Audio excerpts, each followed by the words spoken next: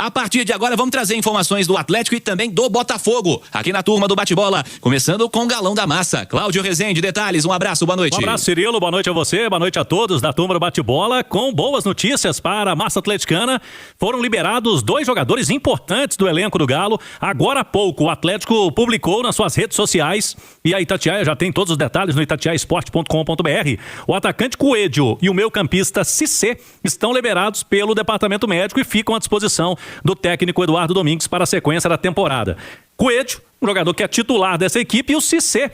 Muitos torcedores perguntavam por ele, né? Sumiu o Cissé, mas porque ele teve essa lesão muscular desde quando voltou ali da seleção do país dele, não jogou mais pelo Atlético, ficam disponíveis. E aí, aumenta o leque de opções para o técnico Barba Domingues. Um detalhe aí, o Vitor Hugo, meio-campista, ele segue fora. O Vitor Hugo, a informação do Atlético no clássico contra o Cruzeiro, na semana passada, é que ele tinha um edema muscular. Só que ele ainda está fazendo alguns trabalhos em campo, mas não foi totalmente liberado pelo departamento médico. Jogador que também é importante, mas vai ficar aí para as próximas partidas. Nesse cenário, Cirilo, o Barba Domingues vai levar ainda um mistério ali na escalação do Atlético.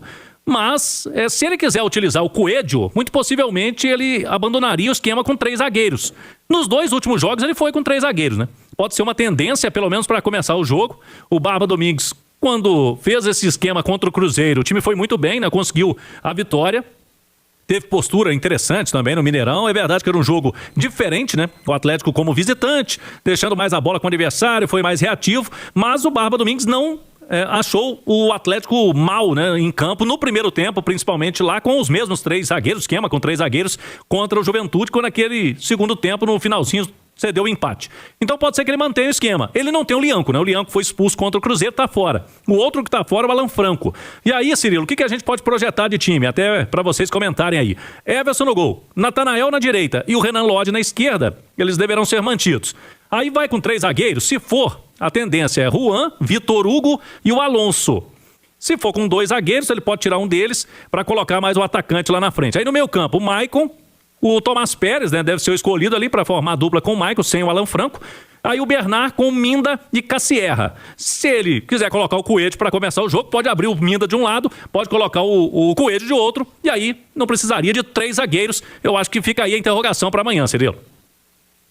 Vou perguntar ao Alexandre Simões sobre o time. Primeiro vamos trazer informações do Botafogo também, como é que tá chegando o Fogão para esse desafio. Aliás, uma nova era com o novo treinador, os números do Botafogo são bem interessantes, né? O time vem vencendo jogos, vem marcando gols, enfim. Lucas Sanches, o que você me conta do Botafogo para esse fim de semana? Um abraço, boa noite, Sanches. A fase é interessante, Cirilo. Boa noite para você, para quem tá com a gente aqui na turma do Bate-Bola. Delegação do Botafogo que chegou agora há pouco a Belo Horizonte, agora no fim da tarde. A turma então descansando no Hotel Ouro Minas. O Glorioso que começa a rodada com os mesmos 17 pontos do Atlético, mas leva a melhor nos critérios de desempate e por isso ocupa a 10ª posição momentaneamente. No meio de semana, vitória contra o Racing, que deu um conforto no grupo da Sul-Americana. Você falou da boa fase, né, Cirilo? De fato, nas últimas 10 partidas, o Botafogo só perdeu uma vez. Então, dentro de campo, tá tudo correndo bem, apesar das turbulências que a gente costuma acompanhar extra-campo. Falando do jogo, o técnico Franklin Carvalho vai ter 2 mudanças garantidas. Lateral Vitinho, lateral pela direita, tá suspenso pelo terceiro amarelo. O Matheus Ponte, uruguaio, deve assumir a posição. Outra ausência certa é o Júnior Santos, o atacante que vem fazendo até seus golzinhos lá com o Botafogo neste retorno, não pode jogar, pertence ao Atlético. O Botafogo optou por não pagar a multa, então tá fora. O Júnior Santos não estará em campo. E pra gente fechar, uma provável escalação que o Franklin deve levar a campo amanhã com o Neto no gol, a defesa de Matheus Ponte, Bastos, Ferrarese ou Barbosa, que tá nessa negociação, também pode sair do Botafogo, e o Alex Telles pela esquerda, meio campo de Medina, Edenilson, ex-Atlético, e o Danilo, lá na frente Vidalba ou Kadir, Matheus Martins e o Arthur Cabral é o provável Botafogo para este duelo de amanhã na Arena MRV. Cirilo.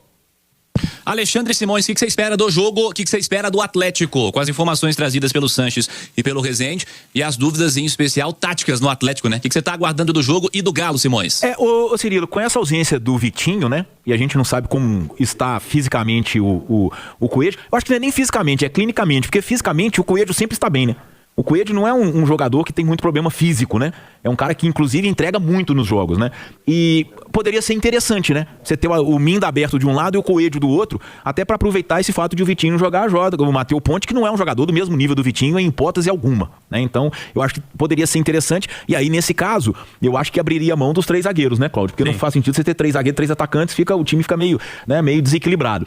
Agora, outro ponto que eu acho que é muito importante, o Cirilo, é saber também da condição do Vitor Hugo, né? Porque o Vitor Hugo vem sendo o principal jogador de linha do Atlético na temporada e está afastado alguns jogos, desde o Clássico, né? São 3, vai ser o terceiro jogo fora, né? Ele não foi liberado hoje. Pois não foi liberado. Então, quer dizer, essa questão do Vitor Hugo é complicada pro Atlético, a gente não sabe aí como que o Barba vai resolver isso. A tendência é que seja o Bernard, né, Cláudio? Sim. Porque o Bernard é o cara que tem jogado e tem sido até muito elogiado pelo Barba, mas de toda forma, Cirilo, uma certeza que a gente tem é de que é um jogo duríssimo. Um jogo duríssimo, o Botafogo vem vivendo um momento bom no Campeonato Brasileiro, na Copa Sul-Americana, e vai ser complicado pro Galo, até porque o Botafogo, a tendência, né, e pelo que o Lucas colocou aqui, vir com um meio de campo muito forte, né?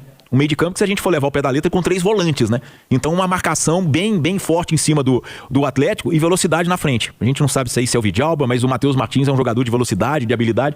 Eu acho que a gente vai ter um bom jogo na Arena MRV, mas se tiver o Coelho liberado, eu abriria a mão dos 3 zagueiros para poder colocar o Coelho na esquerda aberto ali, para poder tentar explorar o Matheus Ponte. Ô Simões e Cirilo, só um detalhe aí, eu tô muito curioso para saber como vai ser o aproveitamento do banco de reservas amanhã, viu, Cirilo? Porque no clássico contra o Cruzeiro, apareceram ali Pacini, Cauã Soares, no jogo anterior o Izep apareceu, ou seja, os garotos. No último jogo, o Barba, lá no Uruguai, preferiu usar os medalhões do banco, né? O Scarpa, o Dudu, e aí...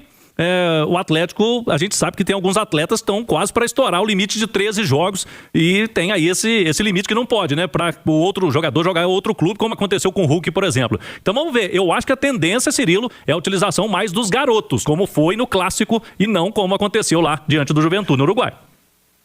Eu penso também, ô Simões, que se for pra não usar, eu acho que esse cara, se você não tem plano pra ele ficar no time, você não tem que usar realmente. Agora, se não for pra usar, nem relaciona, né, Simões? A deixar o Scarpa no banco de reserva, se o Scarpa não entrar, nem leva pro jogo. E não tô falando que o Scarpa tem que entrar não, tá, gente? Acho que o Scarpa até tem que sair do Atlético. Mas, vamos lá. Deixar o Scarpa no banco ali pra, às vezes, melar uma possível negociação, um possível novo clube, mais adiante. Ele não tá ainda com os 12 jogos, é como o Dudu está, mas é uma sequência de jogos até o meio do ano. Enfim, eu acho que você tem cara que tá fora dos planos, é pra não jogar, viu, Simões? Com certeza, o Cirilo. Até porque é pra você poder ter alternativas pra poder tentar mudar um jogo ou se reforçar defensivamente. Agora, o Cirilo, independentemente de quem jogar, tá? Um ponto que o Atlético não pode descartar é o fato do goleiro Neto do Botafogo atravessar um momento muito ruim, né? Aliás, acho que ele não atravessou. Nossa. Ele não atravessou um momento bom no Botafogo. É um problema pro time carioca, tá? Ele tem falhado nos jogos aí, tem comprometido resultados. As atuações dele não têm sido regulares, como se imaginava pelo nível dele, tá? Então é um goleiro que com certeza vem inseguro. E isso decide o jogo. Então eu acho que é um ponto que com certeza o Atlético está atento, né? O setor de observação já passou esse aspecto. E até nesse ponto, né? O Coelho, de repente, é um cara interessante, né, o Cláudio? Porque o Coelho dessa turma toda que a gente falou aqui, eu acho que é o melhor. Lógico, o Hulk não vai jogar. O Scarpa tá nessa dúvida aí. Eu acho que o Coelho passa a ser o melhor chutador do Galo. O Renan Lodge também, né? Bate bem de fora da área. É um ponto a ser observado pelo Atlético, viu, Cirilo? Porque o Neto não vive um momento muito bom, não. Bora fechar as notícias do Galo nesse primeiro tempo, Cláudio Rezende. Vamos lá, Cirilo. São 26 mil torcedores garantidos. É a parcial de agora do Atlético. Há uma expectativa para mais de 30 mil até amanhã. E algumas atrações antes da bola rolar, né? Vamos ter mosaico para homenagem ao Dia das Mães. Já sendo preparado aí o mosaico pela torcida do Galo. E as homenagens ao Hulk a partir de 3 horas da tarde. Então fica o convite aí para você que não vai poder ir à Arena MRV acompanhar na Itatiaia. A gente vai estar no pré-jogo trazendo tudo ao vivo para você. O Hulk vai ao gramado, vai receber algumas homenagens e também vai falar algumas palavras ao torcedor atleticano. E tem promoção de cerveja amanhã também, viu, Cirilo? O cara compra 3, leva 4 latas amanhã até a 1h30, de 1 da tarde até as 5h30 da tarde, nos bares da Arena e também na Esplanada, Cirilo. Eu falei pra vocês, se eu não me engano, na quarta-feira ou na quinta-feira, enfim, eu falei com vocês aí nessa semana que o Luiz Araújo, pela informação que eu tinha, era uma contratação improvável por vários fatores. O primeiro, o Flamengo estava pedindo 8 milhões de euros para o Cruzeiro, sendo que o Leonardo Jardim queria o Luiz Araújo. E quem está no Flamengo hoje? Justamente o cara que pediu ele quando estava no Cruzeiro, o Leonardo Jardim. Então, temos a pedida alta do Flamengo, Temos o técnico do Flamengo que gosta dele, aí você vai falar, mas ele não é titular absoluto. Não é, porque no Flamengo são poucos os que são titulares absolutos. O time tem aí, né, um elenco gigantesco, forte, muito bom, e aí não tem como o camarada ser titular absoluto no Flamengo, né? Enfim. Então temos a pedida alta do Flamengo, temos o técnico que gosta dele, temos o Galo que vai fazer uma janela de manutenção e não deve investir 7, 8 milhões de euros em um jogador apenas, né? Então temos vários dificultadores, né, que meio que possibilita essa contratação. Então eu disse para vocês no início da semana que era uma contratação improvável de acontecer, certo? Qual que é a atualização de hoje que chegou para mim ontem antes de eu fazer a live? É o seguinte: pessoa importante, fonte importante que eu tenho dentro do clube, me garantiu que o Galo sequer vai tentar Luiz Araújo. Tanaka, pode falar aí. Luiz Araújo sequer, não é nem pauta aqui dentro do clube. Não é nem, esse nome não é nem trabalhado aqui internamente para a gente ir atrás do mercado. Então, neste momento, 9 de maio, a informação que eu tenho é que o Galo sequer irá tentar Luiz Araújo. É um nome que eles nem cogitam na janela do meio do ano, na próxima janela de contratação. Beleza? E gente lá do Flamengo também falou comigo que não existe nenhuma consulta, interesse, proposta, sondagem, nada do Galo pelo Luiz Araújo, beleza? Mas a atualização é essa, que o Galo não vai atrás do Luiz Araújo. Show de bola, galera? Essa é a atualização que eu tenho que passar para vocês, que chegou pra gente ontem. Vamos pro próximo assunto, que eu vou falar algumas paradas sobre o Rafael Menin, alguns bastidores também. Interessante, importante vocês saberem, né? Mas antes de mais nada, já deixou o like? Já se inscreveu no canal? E minério seguros, tá? Você que não tem seguro, tá procurando aí um seguro, tá procurando uma parada séria, de confiança, de credibilidade, a Minério tá conosco aqui, há muito tempo no canal, 100% confiança. Você que precisa de um seguro veicular, seguro de vida, seguro residencial, seguro de viagem, seguro de eletrônico, gente, tem seguro para tudo quanto é área, só entrar em contato, atendimento 100% humanizado e vai por mim. O seguro residencial, eu tive uma aula sobre seguro residencial com o PH lá da empresa, tá? Fechei com eles meu seguro residencial, sensacional, um leque gigantesco, com um pedido de eletricista, de encanador, um reparo de máquina que você tem na sua casa, geladeira, máquina de lavar, você já paga o seguro. Então dá uma moral lá, Minério Seguros, link no comentário fixado. Galera, vamos lá, sem mais delongas aqui, vamos para a próxima. Rafael Menin foi afastado, isso todo mundo já sabe, não tem novidade. O que eu vou trazer para vocês? Primeiro, um dos, não o principal, ou os principais, ou enfim, um dos motivos, ou alguns dos motivos do afastamento, também vou falar sobre isso, do Rafael Menin no Galo. Primeira coisa, essa questão dele com o Hulk, esse embate do Rafael Menin com o Hulk, foi a gota d'água para o afastamento dele, tá? Primeiro, é até complicado, não sei com que jeito que eu vou falar isso aqui, mas a presença do Menin no dia a dia poderia ser melhor, poderia ser melhor vista, mais benquista do que se é que vocês me entendem. Estou tomando muito cuidado com as coisas que eu vou falar aqui. Então, meio que ele foi sugerido a ele foi instruído, tá? A se afastar mais do dia a dia do CT, tá? Essa questão desse embate com o Hulk e tal, teve mais algumas outras questões também, enfim.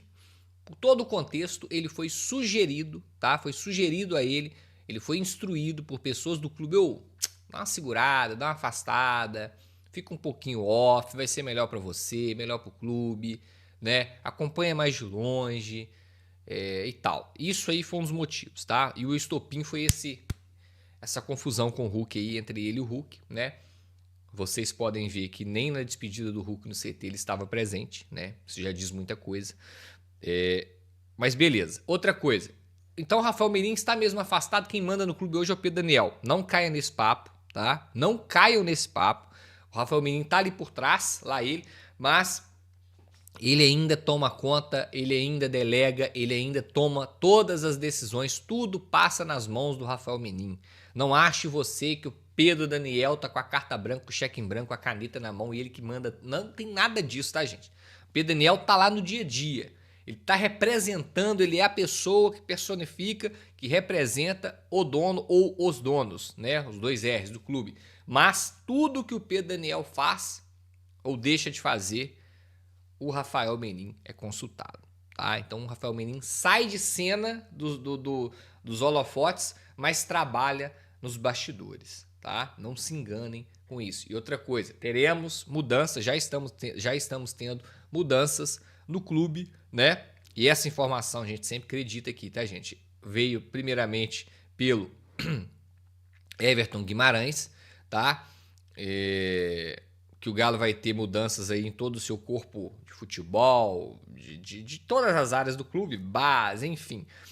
Está tendo mesmo e, obviamente, coordenado pelo Pedro Daniel, mas supervisionado pelo Rafael Menin, tá? Então o Galo já contratou um novo diretor de novos produtos, ó, o Galo contrata novo diretor de novos produtos, o Galo anuncia a contratação de Renato Gil para o cargo de diretor de novos produtos com mais de 20 anos de experiência no mercado. Renato é fundador do Arena Hub, iniciativa de inovação do esporte reconhecida mundialmente ligada à transformação digital e ao fortalecimento da conexão entre clubes e torcida. Renato Gil, tá? Novo contratado pelo Galo aí, diretor de novos produtos, e vão ser feitas mais contratações, saídas, né? Tudo coordenado pelo Pedro Daniel, mas supervisionado pelo Rafael Menin, beleza?